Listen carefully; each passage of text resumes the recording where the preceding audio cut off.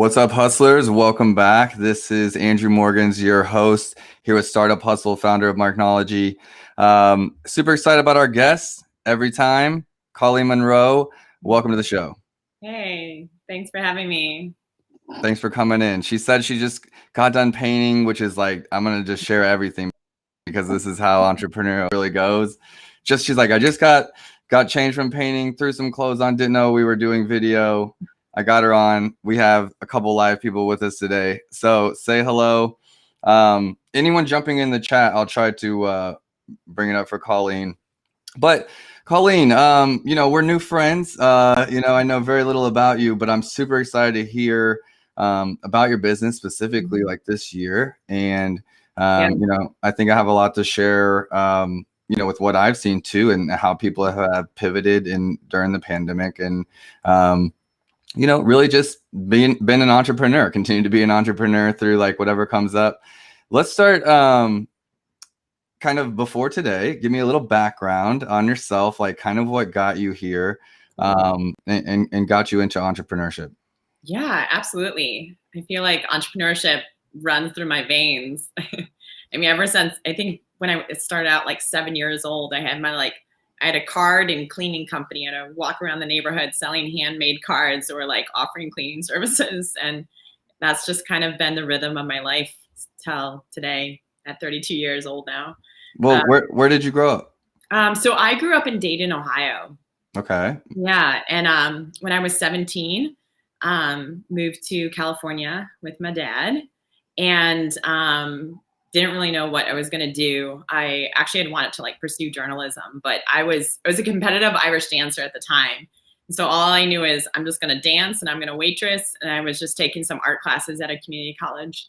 That's super cool. Okay. So you're a professional Irish dancer. I was. Okay. We have a lot in common, I think. Okay. So is Ohio considered the Midwest? Yeah, I like to think so. I'm getting back to my Midwest roots because I just moved here to Kansas City, Missouri from LA about a couple months ago. Oh yeah, I was gonna ask. So you came back. I don't know if that's entrepreneurship or family or just random. Like any answers are good, but like we'll get to that. Just hold on just a second. I want to slow you down on this backstory. So you're a professional dancer, Irish, which is just, you don't hear that very often. Okay. And you're in school, community college. Mm-hmm. What else? And, I actually had found out about a small film school in San Diego. Didn't know I wanted to go into film, but I've always loved storytelling and I love journalism, and went to the school. It was super, super small startup school.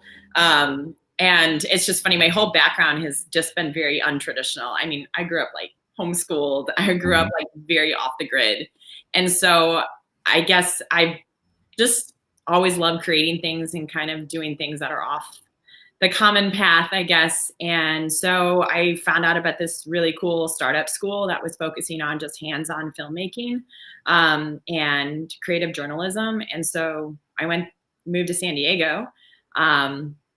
Went to school there, super small graduating class. It wasn't even accredited at the time. And I was a lot of the professors came down from LA to teach. So I went there to school for 3 years in San Diego. And then after I graduated, actually, so I ended up getting a degree in entertainment media. And I studied focusing on film producing and directing. And I wanted to just like be like an Oscar award-winning producer. But I kind of found out about the world of costume design though while I was working or while I was going to school. And I've always loved fashion and art and making things. I've sewed and made things my whole life, and just just always had an affinity for that. And so I found out about costume design when I was in film school and kind of pivoted away from producing and directing. I had already done several internships up in LA for producing and directing with different studios. But then I realized I could merge my just love for fashion with filmmaking and costume design. And I just became obsessed with it. And when I become obsessed with something, I just like immerse myself into it 150%. All in. All in. So I actually was like, okay, so I want to make it in Hollywood as a costume designer. What do I need to do? So I actually took a job at the school I went, at the school I graduated from. I was just working in development by day. Okay. And then I started a podcast actually on costume design. It was the only costume design podcast. And it ended up getting. What year was that? I think, dude, I was like, I didn't even know what podcasts were at the time. I didn't know any of the software to use to edit. And I just had to Google it all. I think it was 2010 I started the podcast. Wow. Okay. Yeah. And I was like, well, I'm going to figure out how to meet all the costume designers and all the craftspeople in the film industry, because no one was really highlighting the behind the scenes crews. Mm-hmm. And so I would sometimes skip work, or like on the weekends, I would drive up to LA and go to all the film events, all the costume design events, all the fashion events, and just started interviewing every single costume designer in Hollywood. We could stop the podcast right there. For anyone listening, like, you know, how you figure out what you want to do, how you go all in, how you, you know, learn about something you don't know about, like how you start, just go talk to people. Yeah. Like, talk to people doing what you want to do. Like, you know, I don't think that's a big Midwestern thing. I think that's more like a coast thing, East Coast, West Coast. You know, my cousin went to school in DC, and he was like, are you doing like these informational like lunches, you know, like it's not even about sales, you know, it's just like, yeah, you're just like going to pick their brain. I'm like, no, I've never heard of that. Like, you know, we don't do that. But it was like kind of revolutionary for me to think about, I can just ask these people. And I started doing that, you know, in the last 6 years on my own as well. Like here, just being like, I want to learn more about PR, you know, and then just like seeking out someone that knows a lot more than me and asking them for coffee, you know, I'd be surprised. So, okay, I didn't mean to take over, but I think that was a huge home run. I wanted to hit on that. It's just like, you're like, I was just going to LA and I was just talking to as many costume designers as I could find. Where'd that take you? Thank you. No, it was a hustle. So I did that for a year, and I was just collecting business cards. And honestly, for me, I just saw it as like another form of education. Like, there were no books. So I was just like, I'm going to homeschool. Yeah, I know. I was just like, I'm going to learn from the people on the ground in the trenches working. So I eventually saved up enough money that year I was working at this school to have my first month's rent in LA. And so I quit after a year, and I moved up to LA, took a waitressing job, and just started calling every single business card I collected that whole year on the podcast. And I ended up reaching out to the costume designers on Boardwalk Empire, HBO's Boardwalk Empire. I don't know if any of you have seen it. I have. The Godfather in a TV show, and they were filming season 4 at the time in New York. And the designers actually were in town in LA for 3 days when I happened to email them. And I was just like, hey, can I meet you for coffee? I'm new to the film industry. I really just want to learn more about the costume design world. We met earlier this spring at this fashion event where I interviewed you, and they remembered me. So I called in sick to my waitressing job because they're like, yeah, come meet us at our hotel tonight. It's always immediate.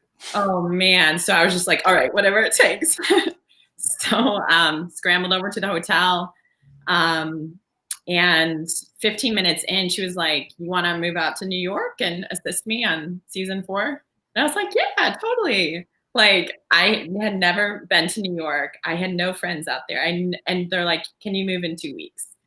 So I just threw all my stuff into a friend's garage and put my car in their garage. And I took a flight out to New York, and I hit up every single friend I knew. I was like, who has a friend in New York I can just sleep on their couch with for like a month so I can figure out housing? Because I knew I got the job. I just had to figure out how to actually like. And maybe it's 6 weeks or 8 weeks before you get paid, and like, whatever it took. I was like, this is my break into the film industry. And I was like, I'm not going to let this go to waste. So, so I flew out to New York. I never worked on such a big studio film project before. And Boardwalk Empire at the time had won so many Emmys. So it was the biggest TV project in New York. Wow. And honestly, in the industry at the time, we had some of the best craftspeople, the best costume designers working on that show. So I was so grateful to actually have this opportunity. So did she not have an assistant, or like what set that up? So I was their like, so they had assistants everywhere. I was the costume designer's personal PA assistant. So I did everything from picking up feather boas in downtown New York to helping to dress the actors to going to fittings with Steve Buscemi, like literally anything creative that the costume designers had to do. If I had to pick up special beads, I was like their right-hand girl. We had the biggest inventory of 1920s clothing. And so I helped to source some of that and all the fabric. And so it was like, yeah, baptism by fire, being thrown onto such a big project, having just come from a waitressing gig. And yeah, it was the hardest 10 months of my life. I didn't sleep like a wink. I think it was like 15, 18-hour days sometimes. Yeah.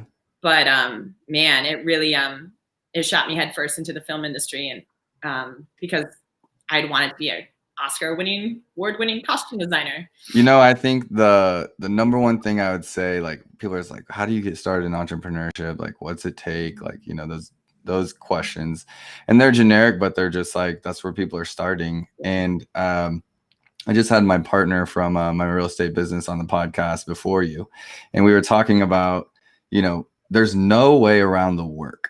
You just have to do the work, and like, you have to jump all in. We were talking about being all in and not really being passionate about things unless I'm all in. Otherwise, it's just kind of a backup plan. And there's nothing like, the first year is just so much work.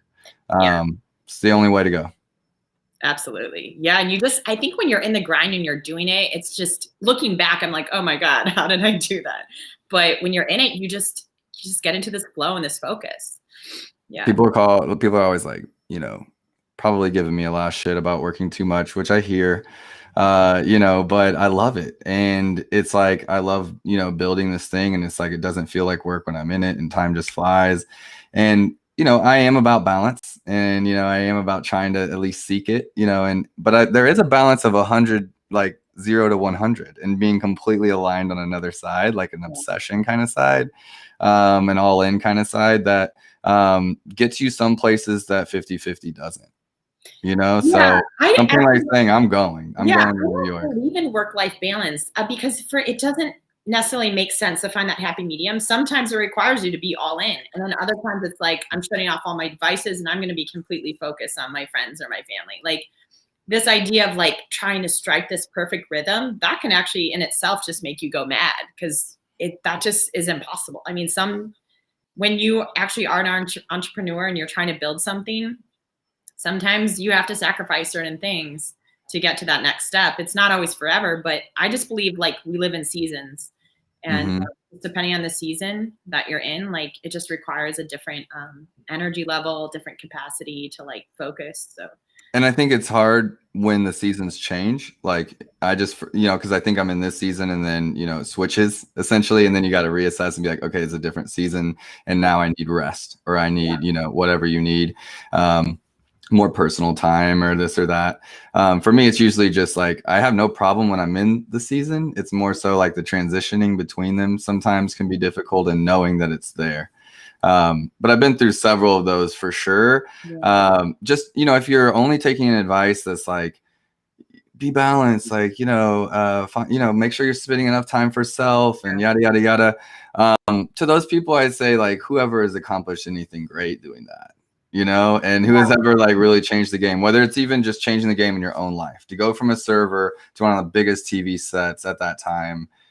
It takes an action like saying yes. And the reason the lady probably was like, we'll find a spot for her, because when you've actually like done something, like I'm sure the boss was that had hired you, had done a whole lot of things to arrive where she was. It's more about the person than it is like, you know, I think this person has it. They're literally driving up to LA to interview me. She's still on me. She finally made the move here. Like, this girl is trying to do it. And I would rather bet on someone that's like all in than someone that's like, I've been an assistant for 4 years and I was on, you know, XXX. At least someone that's like, you know, in that stage myself of like trying to hire the right people and make the right moves. For me, it comes down to, you know, just seeing that ambition, seeing that passion, I guess, is really, that's it. So I guess I was trying to dig in a little bit, and I went down a rabbit hole, but I was trying to dig into like why, you know, what the position was. Like, had she just like lost an assistant and needed someone and kind of made this spontaneous decision, or did they kind of create a place for you? I think they created a place for me. I don't really know, actually. You're just like, I'm here. There's a lot of stuff to be done. Let's get to it. I think they just needed someone assisting just the costume designers because it was fast and furious and they were down people. And I don't know, the moons aligned and I just happened to like meet them at the right time. But yeah, I was a little shocked that it happened so fast. I mean, it was about a year in the making of just planting those seeds and meeting people. But yeah, from the time I met them to like moving out to New York, it was so fast. Yeah, it happens. It's slow but fast. It's like, I don't know, the year feels like a lot of days, but like all of a sudden you're like, how did that happen? Okay, so did you leave family behind? Did you leave a boyfriend, significant other? Like, I mean, it kind of ties in with what we were just talking about, just like a season of focus. I am sometimes a crazy person. I just like, I just throw myself into things. And my focus at the time was just, I didn't like date at all, like through my 20s at all. I mean, I think at the end of my 20s, I was just like, I get so focused on wanting to, sometimes, you know, to my detriment, I need to like go back and actually focus on personal relationships, which I'm working on right now. But I was just so driven by this dream. And when these doors started opening for me, like going out to New York and pursuing film, like I knew that had to be my focus. And I don't really believe in multitasking and trying to juggle all these different things. And I was like, if the opportunity is given to me, I'm going to go all in. I don't want to get emotionally involved with a boyfriend right now. And this is the sacrifice I want to put in right now to pursue a dream. And I just like went all in with it. For me, it was my first business was being in a band. So I moved from Hawaii in 2007, found a band like having auditions off Craigslist, and went and did tryouts. I didn't know anyone here in Kansas City at that time. Like, I'd been here off and on as a kid, but like had been in Hawaii for 4 years, and then, you know, was in Africa before that. And so, yeah, it was just like homeschooled and all those things. Right. Oh, yeah. And, but thinking outside the box comes naturally to me. Why? Because I've taught myself everything, you know, for the most part with a guide, you know, curriculum. But it makes it easier when you haven't had someone tell you every single thing to think and do, to think differently than what everyone else thinks and does, because like you weren't given that structure, you know?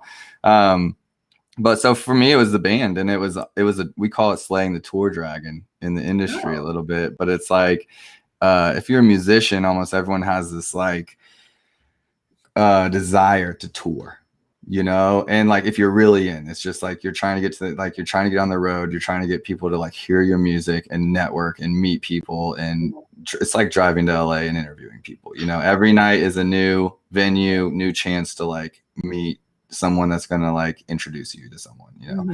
And for a lot of people, it's a building season where you're it's growing your building. Yeah, that requires a lot of focus. You don't even know what you're doing. Like, you're just, I mean, that's, I was telling you a little bit before we started the show. Like, I've been a painter. I worked at warehouses. I've been a security guard at a casino, you know, bartending for 7 years. It was all to tour. It was all to tour. Like, everything revolved around my practices, my shows, like hitting the road. And I remember that, like, it was, I just realized that I wasn't going to make any money doing that at some point. And that's when I, like, you know, took my degree, which is my backup plan, and ran with it.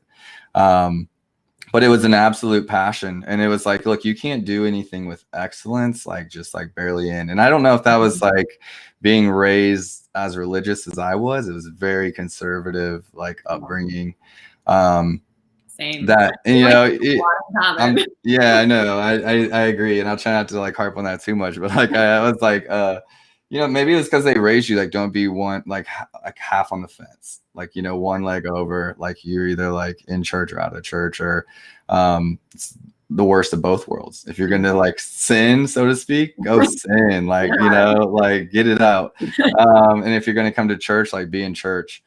And, you know, I don't know if it's that. I don't know if it's just the type of person that I am, but for me, it was always like, if you're gonna do something, like, go do it, go all in. Okay, so bringing it back. So you finish up Boardwalk season 4. Yeah. Where are we? So I was still doing the podcast at the time because I was like, I got to keep networking to like stay in the biz. So I was interviewing people out in Hollywood, in LA, different costume designers there.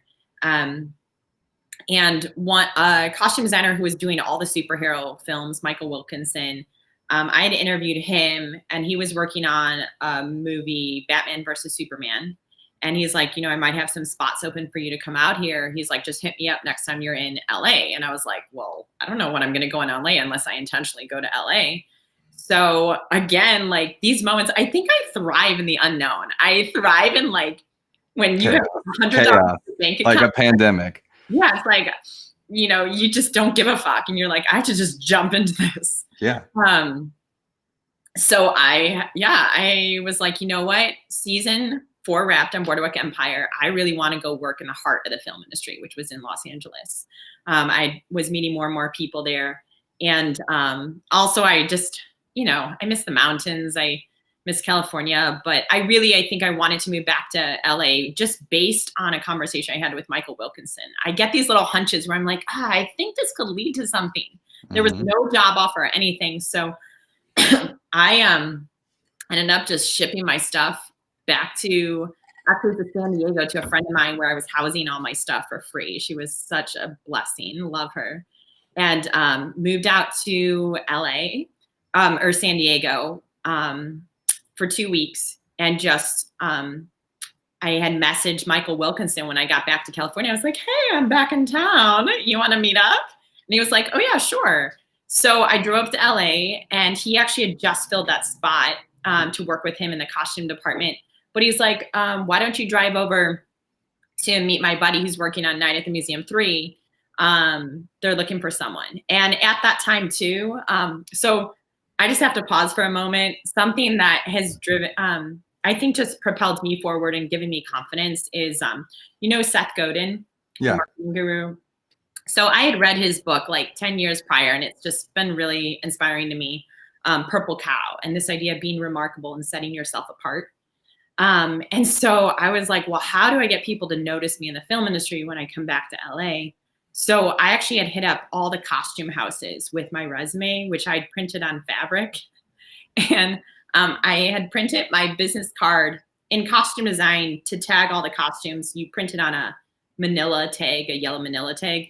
So I printed my business card on that, and I safety pinned it, because you safety pin it onto the costume, onto my resume. And I just went to all the costume houses, and I made that resume for the costume supervisor of Night at the Museum 3. And I walked in, and he like held up my resume, which was fabric. And he was like, what's this? But he's like, he loved it. He loved it though. Yeah, he did. He was just like, wait, he like actually looked up at me where he was a tough egg to crack. He was scary. So he's like, okay, I'll come in next week and you can start work. So I was like, great. I mean, 2 weeks into California, I like didn't have a job lined up. I had like $100 in my bank account. I didn't know how I was going to make it. And yeah, they hired me the next week. But it wasn't easy, that transition, because floating. What's that? You're floating in between. I was floating, and my car. So on the first day, I drove up from San Diego to LA for the first day on my job. And I was driving this broken down minivan, and I was halfway to LA, and it broke down at 5 a.m. on the first day of my job. And in order to do my job, because I'm like picking up fabric and costumes and things, like you need a car, and my car broke down. So I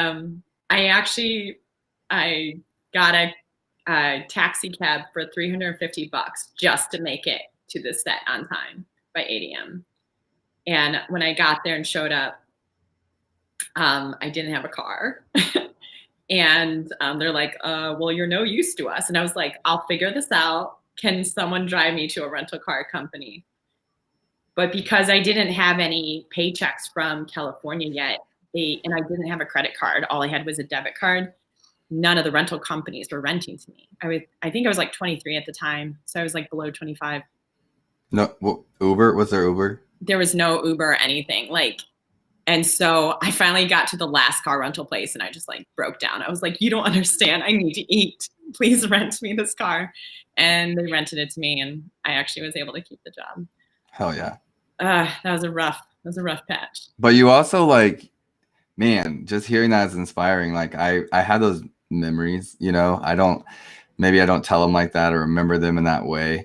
But it's like, whenever you've been through that and you go through the next one, you hit that bottom, you think there is no other bottom, you know, in some way you're just like, man, every single time shit happens, I get punched in the face, I somehow figure it out. I get up. So far I've gotten up every single time, you know? And so then you start to just build this confidence that's like, you know what? Like, actually, like, you can punch me, you knock me down, like, I'm gonna get back up. You can, like, literally take my car out. I have to be there on time. I won't have a car. I have to have a car to have the job. Like, figure it out, you know?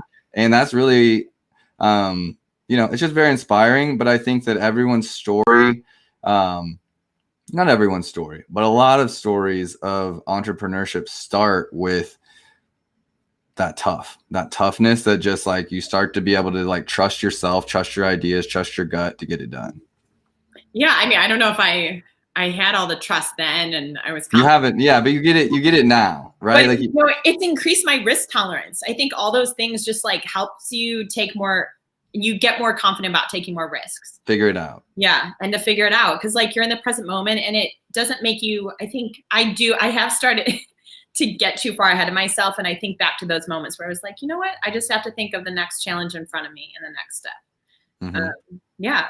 So after that, I just ended up working on different other TV shows and film sets and commercials and music videos. Stayed in California? Yeah, in LA. And then got a little burnt out in the film industry. Okay, so let's start there. Like I want to bring it to what we're doing today. Before we go there, a quick shout out to our sponsor for today's episode, Fullscale.io, helping you build software teams quickly and affordably. Talking about the next chapter, so you get burnout. Some crazy, like I've had my own insecurities as a person. We all do, you know, and I got an opportunity to model. Like this was like 2015 or 16. I don't know. A friend was at a modeling agency. They had a request for someone with a beard and tattoos. She sent them my Instagram.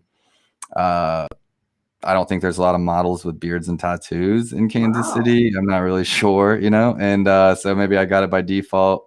But the next thing I know, I'm showing up on a set of a Hershey's Take 5 candy bar. What? Yeah, that was my first shoot. I think I got paid close to $5,000 for that shoot. Oh my gosh. They used like a hand photo. And so it was like 2 photos. I didn't know that was even a thing, but they used like 2. Yeah. You know, you get paid retroactively. I didn't even know it was happening. Like I just showed up. But I was like a union model for a year after that. I think I automatically got that assigned me to the union for that shit. And I did a Twitter one and I did a couple more. And so that was one, I did it just to conquer my own fears, my own insecurities, honestly. And then it turned out to be just like kind of a little bit of fun because I owned my time at that point. But it was chaotic. Oh my goodness. I was already that point in my business. I was like, if I have to like, I wouldn't be a model if they paid me like a ton of money, or like I wouldn't like work in this industry because everything was like 30 minutes ago. Everything was 30 minutes ago. Like, you know, it's just so fast paced. I can't imagine doing that for like an extended period of time and not being burnt out. Yeah, it's this comparison industry a little bit, you know, in that regard. During like the Hershey's one was easy, but the Twitter ones, you're like, there's people there that you're competing with or trying out with, like, just exhausting. I don't know. That's how I think about it. You know, there's an allure to it, but over time, you know, I don't know. How long did you do that? Yeah. How long were you in that space? Yeah.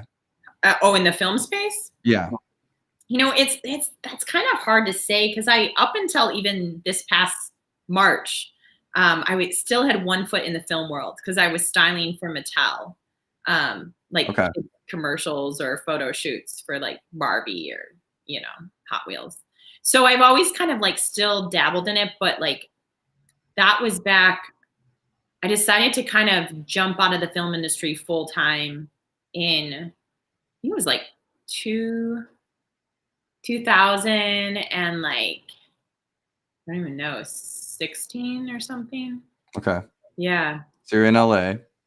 Yeah. Well, at the time, I was getting more and more, it was more like the lifestyle too, that I just didn't want to sustain forever. I think there's actually so much abuse that's happening in the film industry. It's actually very dated in how they approach, just how they treat their workers and film crew people. And I didn't know if I necessarily wanted to be on the film union. I was actually about to get into the Costume Designers Guild, but I just didn't want to be part of just like, I don't know, being conformed to just union shoots. Like it wouldn't give me opportunity to kind of go off and do my own thing. And I think it was the entrepreneurial spirit that was just like kicking in.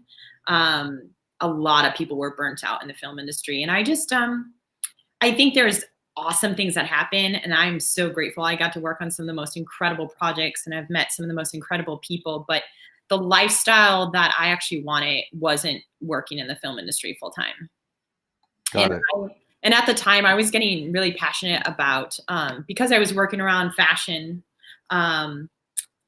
is I was getting more interested in conscious and sustainably made fashion, just because it was at the time, and it still is, it's getting a lot better now, but just like the second biggest pollutant in the world, and a lot of, I just wanted to, a lot of abuse that was happening in the film industry. And I was just getting really interested in wanting to start my own clothing company, design company, that was around conscious fashion and bringing awareness to more sustainably made clothing, and kind of highlighting the abuse that was happening in the film industry. And I think I was just a little, it was a bit frustrating just running 100 million miles a minute. And I didn't feel like I was making a difference in the world. And I felt like if I had my own business and I was passionate about the mission behind it, it was something that was just on my heart. I wanted to make an impact through a company that I actually could create and launch. I think a lot of us start there.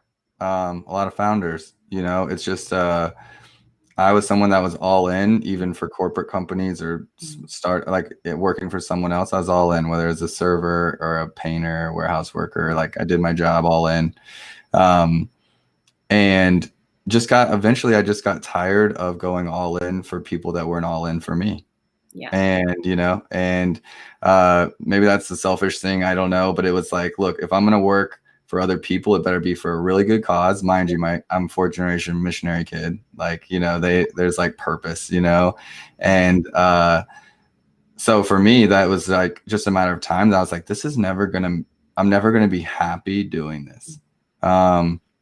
Whatever it is.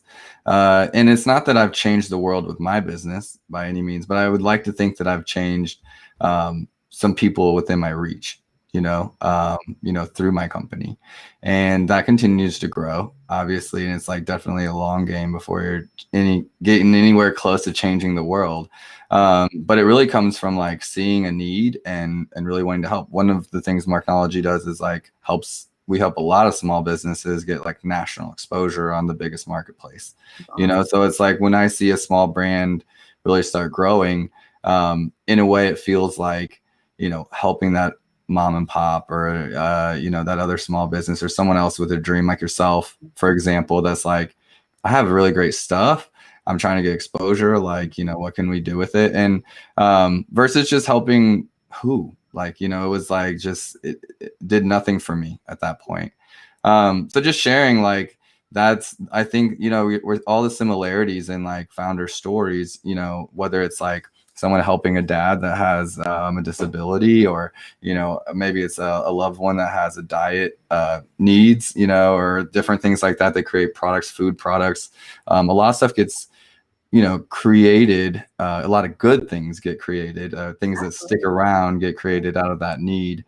And for people looking for that thing, or what's that thing to make that move, one thing I'd say is that I just started looking at what was best for myself and not in like a crazy selfish way, but in like a self-love kind of way. Absolutely. That was like, as I started paying attention to that, and I got better as you go, kind of like being in the gym, you know, it was like from there I could give to others, but I couldn't give from others until like that was full. And it's like it's a personal thing. It's a business thing too. And like, I had nothing to give. Those things all came when I started seeking that. I sought that. Everything else came after that. So for me, it's like, where do you want to start? Start figuring out, you know, you have to eat. You have to eat, of course, but like, you know, like, you know, yeah, like you have to eat. A lot of PBJs in my lifetime. Right. It's like my buddy still brings ramen noodle over to the house, and like, we definitely, you know, can eat better than ramen noodle these days. And I'm just like, man, I couldn't touch that if you like, you know, paid me $100. I'm just like, for me, not that I'm too bougie or anything like that, but it's like, I ate so much 20-cent ramen noodle, you know, for like to survive. Like, you know, I can't. But you know, I think we get a lot of listeners that it's that confusion. Some of us are like, you jump in and then we figure it out as we go. A lot of people are like, you know, want a plan. But the best ideas, you know, the best businesses come from seeing a need, or whether it's within yourself or in an industry like Amazon, or in the fashion, you know, in waste, eco stuff. Starting there with intent is the best place to start. And I think, and you start, and then it's never that thing that is gonna, I feel like, necessarily gonna take off. You always build on it. So, I mean, I had started a fashion company and now I'm doing flowers. Like, but I wouldn't have gotten to where I'm at today unless I kind of took that step. Everything I've noticed has just like built on itself, or opened up doors, or I've met people through that experience that has come to fruition today. Like, I just see them all as, like I said, like lily pads that lead you to the next step, even if it's not that thing. Okay, so we were talking about, I want to be cognizant of time, so I want to get to where we're at today. So like, let's fast forward. You leave, you said you were in that industry, even kind of half in a little bit, like still doing like styling stuff and production stuff, taking gigs, maybe like consulting. You started a fashion company?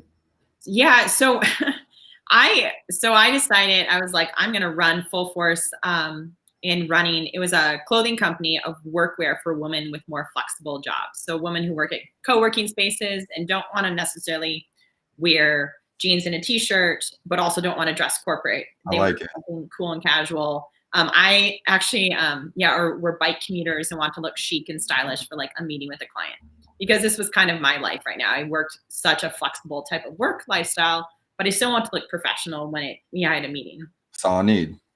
Yeah. So I spent a year on the Kickstarter campaign, sending out emails, building an audience through an email list, and updating people on my process. I sold my car for 2.5 years in LA and just biked everywhere in order to fund the startup costs for that. And in order to pay for fabric and patterns, this is where flowers comes in. I took some gigs at some local flower shops. I didn't know anything about flowers. I used to make fun of my roommate at the time because she would like come home from Trader Joe's with like a $7.99 bundle of tulips. And I'd be like, those are just going to die. Why did you buy us? And now this is my life. But yeah, so I sold my car and I just started gigging at different flower shops in order to pay for fabric and patterns to get the Kickstarter off the ground. And yeah, so a year into that, I launched the Kickstarter and funded it within a week. It was awesome.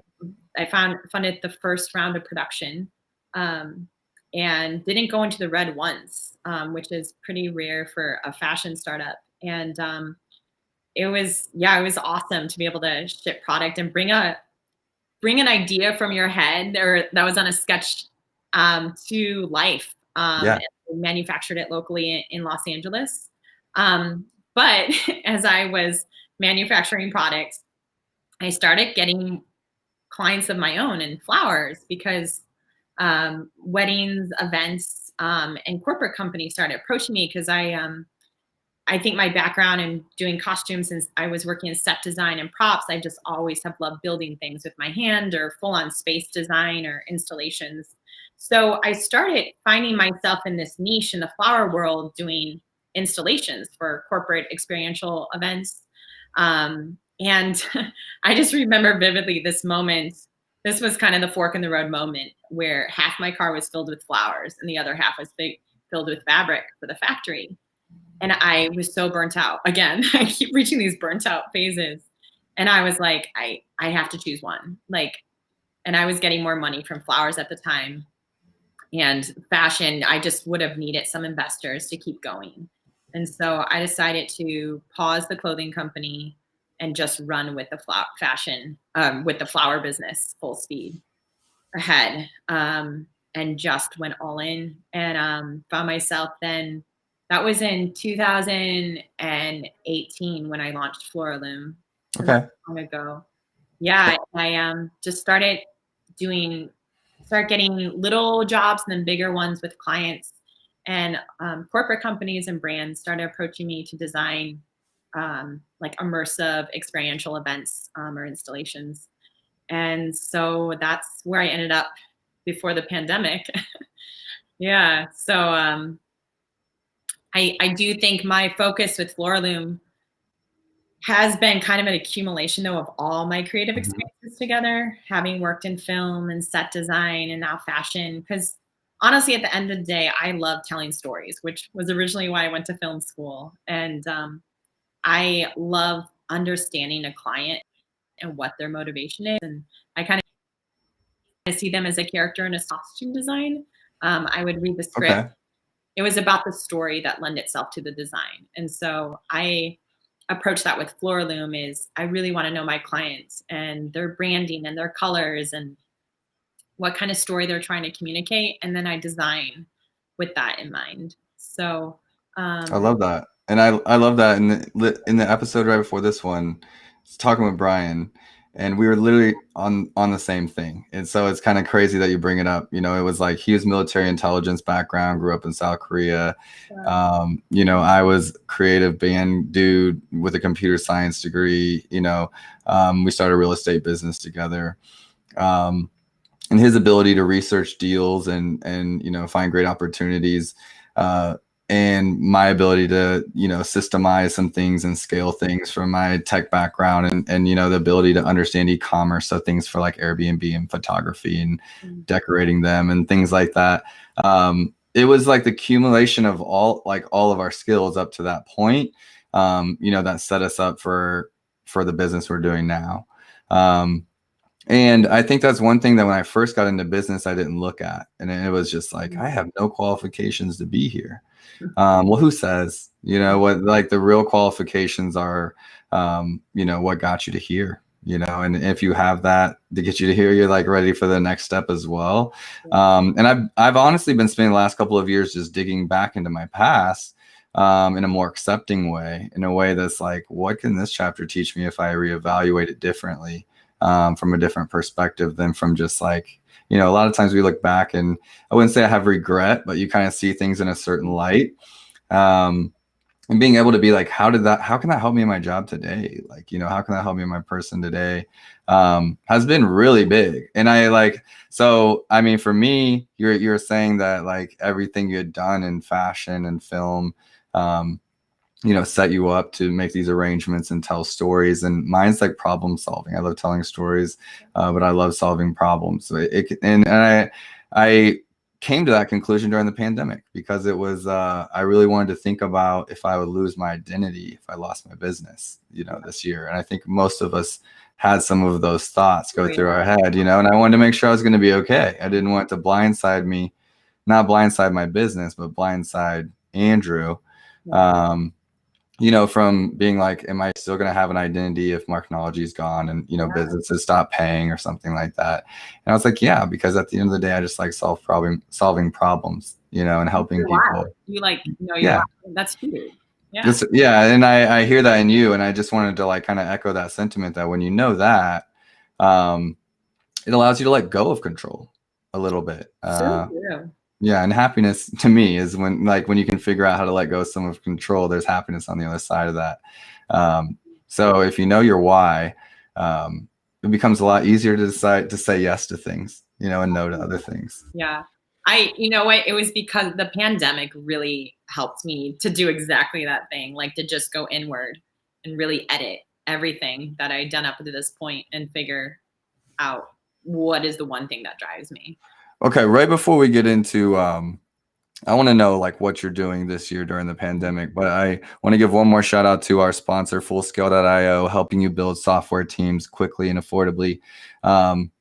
Fullscale is a company that is founded by the main host of Startup Hustle, Matt DeCourcy. For anyone that's listening, Fullscale is a go-to if you have any kind of software development needs in your company, whether it's websites, whether it's development, whether it's app development.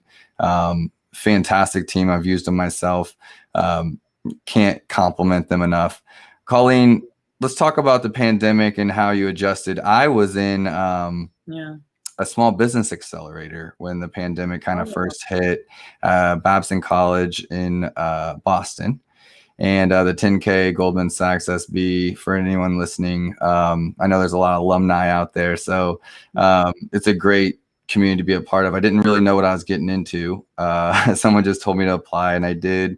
You have to be kind of an established business to be in, so it's not like right at the beginning. It's more like you have to have 10 plus employees and be a business a certain amount of time. Awesome. Congrats. Thank you. But first I was like studying, you meet a team that you're with kind of the whole, like for the master's certificate, you get like a master's certificate for going through it, and you get this small team you're a part of. You meet them in person in Boston. It's this whole affair. It was pretty cool. And they pick you up in a black car, and like, I'm from the Midwest, like that stuff is cool. Yeah, it was dope. I was like, this car's for me. Like, you guys have a no, but I rock the part. I'm just like, okay, I'm gonna own this.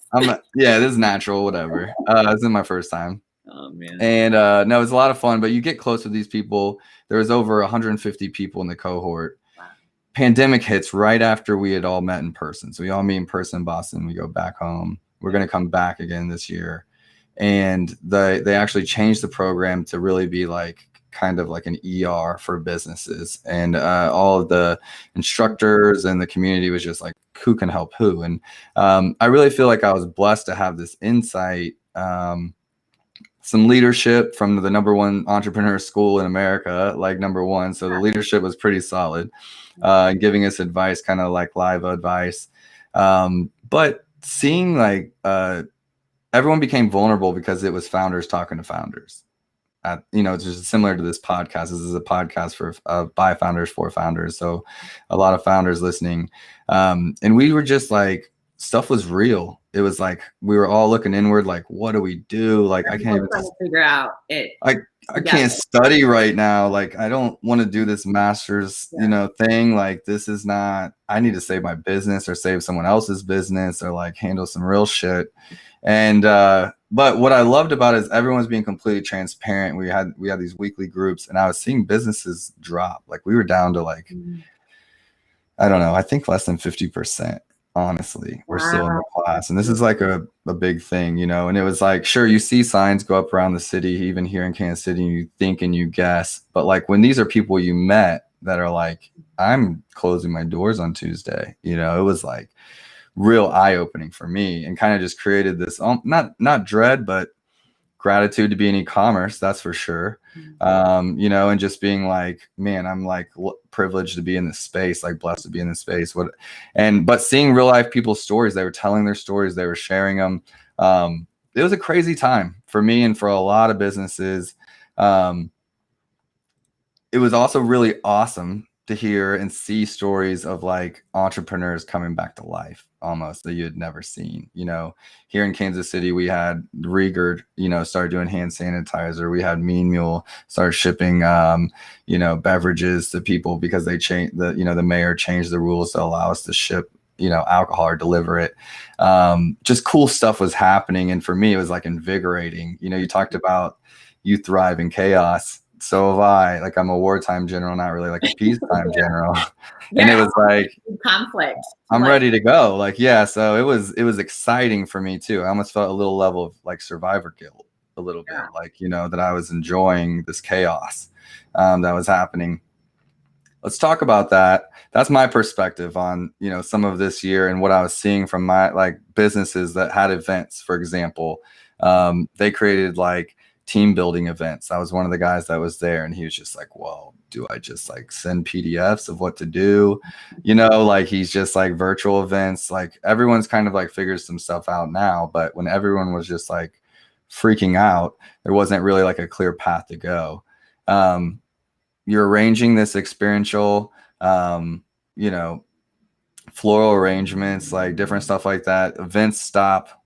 What's going through your head? Yeah, I think like you, there was a bit of a moment where I was like, oh my gosh, I don't know what to do. But now, like looking at it, I'm like, so many incredible things have happened over the past 8 months now.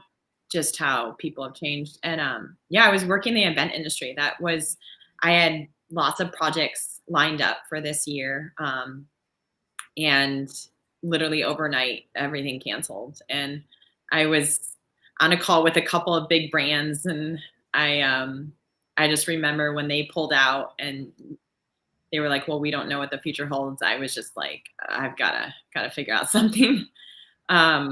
So I actually, this all kind of happened around Mother's Day. This past Mother's Day, I realized, you know, in LA, everyone was quarantined. A lot of people weren't going to be with their moms for Mother's Day. And I decided to come up with a shipped wreath making experience using all preserved flowers that wouldn't die.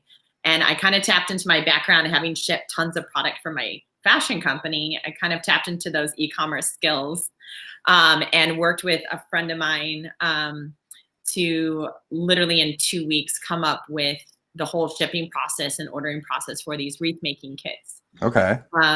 So that kids could send their mom an experience that they could have. And I wanted to pilot this idea of doing like a shipped creative experience through flowers. And we sold out overnight after I launched the idea, and shipped off wreath kits all across the country and Canada. And I think for me, it was more just like proof of concept to just see if something like this could work. And it was so beautiful to get like screenshots of like moms and their kids and like FaceTime making this wreath together. Cause I think going back to what you were saying about your why is like, I was doing a lot of soul searching, and I realized that it wasn't necessarily putting on these huge events that I loved. It was a lot of work. I think it was more of, I love creating experiences where people just for a moment it like takes away the grind, it takes away the hardships of life, and they just have this like beautiful moment just being with one another, that suspends the grind. And Like a puzzle, kind of like a puzzle. Yeah. Like for me, doing a puzzle with the family was like, I don't really like doing puzzles, but like when we're all 4 or 5 of us sitting around, like grabbing pieces, like, you know, trying to find where it goes on the board. And it's like, it's the simplest thing, but it creates like a moment, you know? And sometimes I've been like, I literally bought my sister a housewarming gift, or like a random, it was a puzzle. And she's like, what is this? And I guess I was just like in this mood of like, just like, I miss this. Like, you know, I miss, you know, just this sitting around making a moment, like whether it's a puzzle or a wreath or whatever. I do have a question though, before you jump ahead. I want to know, how did you sell out overnight? Like how did you get exposure to it? So a couple of different ways. I think for me is anytime I go to like launch a new idea, I try to build momentum leading up to it. So I had made like several announcements through my different platforms. I've kept up a pretty consistent email list over the years, and it started with my clothing line, and I just carried it over into fashion, and people have been like just so supportive. And I kind of noticed with the pandemic, there was like so much love for small business owners, and people just really wanted to support us. And I try to tap in just around Mother's Day when I know people, that's usually a big time for florists. And I just wanted to, I guess I just started spreading the word on Instagram and my email newsletter, and just kind of promoting it to kind of gauge interest. And And I mean, when I sell out too, like I only had enough product because the flower market was closed and I had to like scramble and order all this stuff. And I think I did about 60 kits, and I turned my entire living room into a shipping fulfillment center. Yes, I love that. Yeah, my roommate comes out and she's like, what's going on? You're like, well, we sold out. Yeah, I wasn't expecting. I was actually expecting to do maybe about like 10. So yeah, so that was a scramble trying to fulfill those orders. Yeah, it's awesome. When you're not set up to like, I had a nightmare the first time ESPN retweeted like one of my tweets about my new shirts, and didn't even know what Twitter was. It was my second tweet. I'll be honest. I just didn't mess with it. And like, I'm like a techie that doesn't know a lot of tech or like stuff. So like I tweeted, I figured it out. ESPN retweeted, like, check out these cool shirts. Yeah. Sold like over 200 shirts in one night. And I just always like just like printed the labels. So I'm like printing the labels. All of a sudden they all printed out. I'm like, these are all out of order. Like, oh my God, it was like chaos. So I had like, I laid everything out, like, you know. But no, I wanted to actually, like, that reminded me, I didn't want to interrupt you earlier, but you were talking about your Kickstarter. Okay. And you talked about a year you worked on the Kickstarter. Okay. And then you launched and you hit your mark in what, a day, a week? Yeah. Okay. So for anyone listening, that's not normal. But that's like a perfect plan on how to do it. So many people ask about Kickstarters. They talk about Kickstarters. Like, you have to essentially give a Kickstarter as much attention as you would starting a business that year. The Kickstarter is your business. So many people are just like, I'm going to put a video up, and, you know, then they're not successful, or they like do that thing, or they overpromise. They haven't made all the items yet. So like the Kickstarter hits, and then, you know, they're having to figure that kind of stuff out. It sounds like you took some of that into this too, which was like building hype, you know, for what's coming. I think it's not so much hype. It's more relationships too. I think there is so much product out there. There's so many things to buy. And I know for me, I purchase things based off of relationships and who I know. And my Kickstarter campaign, I really wanted people to be invested in why I was doing what I was doing, which was trying to, you know, make a change in the fashion industry for better. And so keeping people updated about my journey, I think sometimes we're so focused on the end project that we're quick to launch and here's what we're doing, as opposed to inviting people on the journey to get invested in it. So I was telling people, hey, should I use this fabric swatch or this one? And I was telling them, I brought them inside the factory and showed them who was making the clothes. And so that whole year-long journey of inviting people into the beginning of my sketch to when I actually launched it, the Kickstarter, made people so invested that, like, when I launched the Kickstarter, I had friends who already knew what the product was, what the idea was. I literally posted one little thing on Facebook and it just like flew. And I had friends who wrote emails to all their community without me even asking them to, because I think they felt a part of it just as much as I did. And so I think as far as creating hype is, I just want people to be invested in the journey of like why I was doing what I was doing, because then you want to share it because you become invested in it. Complete opposite of hype. I guess so. I mean, because hype, I feel like only lasts for a limited amount of time. Whereas I want people to be involved. Like, I really like, even, you know, my Instagram followers, I love having relationships with them. I just want things to feel more personalized. No, I think it's a home run. And that takes a long time. I think that's a big one. Everybody wants everything like tomorrow, but relationships don't work that way. Yeah. And it's horrible too. Like, you know, exactly. I know people like, I'm on my bike or I'm on the bus with the fabric and the patterns, and I'm like, this is embarrassing. This isn't what a fashion designer looks like. But here I am. But it is. I mean, I can compare myself to my mentors or, you know, to other entrepreneurs out there, but like everyone just has their own story and you got to own it. And like, for me, I feel like I know what it takes to be successful. It's a lot of work. That's what I think. I think it's a lot of work and people get that expectation wrong. If like on my Instagram, I've been encouraging people to follow along my hashtags, like watch me work. you know, because it's like, look, I've been posting for 6+ years, not day in and day out, not with that consistency, but just showing that it just takes work, like consistent work over time and relationship building to say, hey, like I'm showing you what I'm doing. I'm showing you when I fail. I'm talking about those seasons, you know, and if you're following along, like it's exciting for both of us, you know. Whenever, like, I was always raised kind of in that tribe mindset that was like, a win for you is a win for me. Like, you know, if you pass a test, it's like we're all celebrating. And I think like that's just the basics of relationship. You know, a real relationship 101 is like just celebrating with each other. And when you create kind of that feeling between you and your, as a brand, even if you're a brand of one, you know, truly, like that's where it starts. But even if you're a brand of one, you know, people are very attracted to that. And that's like, I mean, in essence, that's the long version of, you know, what we're trying to do on Amazon too.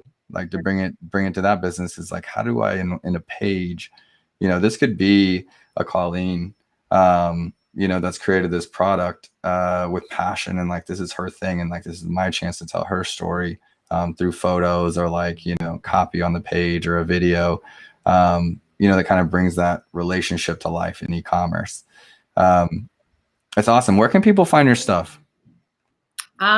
So right now I am shipping the whole shipped experience that I told you about, has now turned into something that even bigger than I expected. I'm now shipping out a lot of team building corporate events, especially with the holidays coming up. I just did one for Twitter. Tomorrow I'm doing one for Pandora. Next week's Wells Fargo. So I'm noticing I'm kind of like getting more and more involved in this shipped kit experience for virtual team building events. Okay.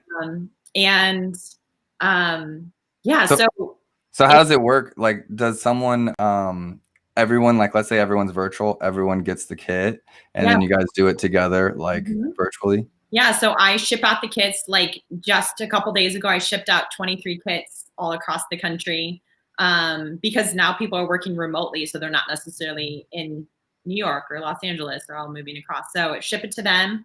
I work with the host at the corporate company who's ever managing the team. And we schedule a day for me to lead the virtual workshop, and then everyone opens up their packages and we all create together. And it's been really fun to just see people from all across the country create this experience together. And I work with, I use like all natural and dried products, and I want to create pieces that last. So I've been just reaching, corporate companies have been reaching out to me, and I want to keep moving in this direction. And it's something that now I want to like scale. I want to grow this. And to help me actually fulfill orders and pack kits, I have a partnership now with the New House in Kansas City. They're a shelter for women and children healing from domestic violence. And so a couple weeks ago, I set up a Floraloom Studio in their shelter and hired on a group of women to help me fulfill kit orders. So that's super awesome. It was so awesome. And some of these women too, like come from having run their own companies with their husbands, and they like helped me to figure out the production chain and to make for a more efficient process. So I was learning from them along the kit fulfillment process. So this is something that I want to just keep running full speed ahead. I want to scale this shipped kit experience, and I want to provide this workforce development leadership program with some of the shelters around Kansas City. That's incredible. That's incredible. We have another great KC company that works with women similar to that. So KC, got to give them a shout out. They've been here in KC, like working with, you know, embattled women for a long time. So there's a lot of good organizations, and we're happy to have another one, by the way. So thank you. And the more orders that come in, I can offer more employment to these women. I love it. Where can they find you? It's Flora, Flora Loom. FLORALOOM.com. And if you go on my homepage, I'm actually working on updating. You'll see a button to my shipped wreath making kit experiences, and I'm getting ready to do a holiday wreath making kit and launching that soon. So that will go up on my site. And then I'm pretty active on Instagram and talk about showing behind the scenes and the work. I'm pretty active on stories. And I also do weekly bouquets at Billy's Grocery, which is downtown Kansas City. Okay. Billy's Grocery is a cool market and cafe. So I've been doing weekly bouquets for them there. And that's been fun. I love it. It's been 3 or 4 years ago, but there was a big DIY website. He had made all these DIY kits for things like all across the board. It wasn't all floral.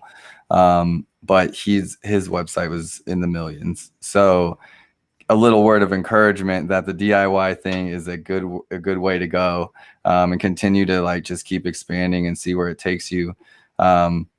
You know, everybody we like to work with our hands, you know, and I think we're bringing that kind of stuff back. And I think my mom used to make wreaths. Now that I think about it, you know, I'm pretty sure that she did. So I think, you know, we're just so over zoomed right now with like so much virtual, and this idea of having like a tactical offline experience. I know I'm teaching it virtually, but like just having that online offline component, there's something really satisfying about building something with your hands. And I want to bring that. Colleen, your story is incredible. We're lucky to have you here in KC, and we'll have to get to know each other a little bit better. And I'm gonna have to follow up with you in maybe a year, maybe less have you back on the show. Let's see where things have gone.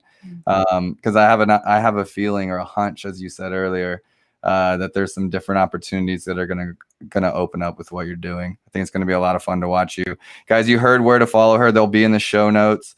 Her website will be there, social media. How long you been in Kansas City? 2 months today. 2 months. So if you guys are following on social media, say hello.